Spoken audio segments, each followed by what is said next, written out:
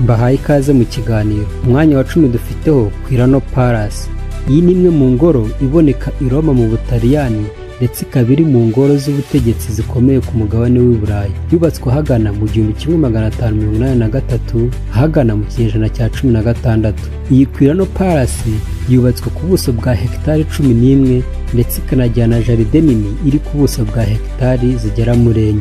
Ikindi iyi Kurusha Palace ikaba ifite ibyumba bigera mu 1200 ndetse n'ibiro bya perezida w'Ubutaliyani. Ibi bikaba bishyira ku mwanya wa 10 mu nyubako nini kandi nziza ku mugabane w'u Burayi. Ku mwanya wa 9 dufiteho Elysee Palace. Iyi ni ingoro dusanga mu Bufaransa, ikaba n'inzu mukuru w'igihugu atuyemo. Iyi Elysee Palace yubatswe mu 1718 yuzura mu 1722 ahagana mu kinyejana cya 18. Iyi Elysee Palace ifite ibyumba bigera kuri 365 harimo na sale yakiriramo ibirori bigiye bitandukanye. Yubatswe ku buso bwa hegitari zigera muri 2. Ku mwanya wa 8 dufiteho Buckingham Palace. Iyi ni ingoro dusanga mu mujyi wa London, United Kingdom. Iyi nzu ikaba ifite ibyumba bigera kuri 775 ndetse na jaride nini kandi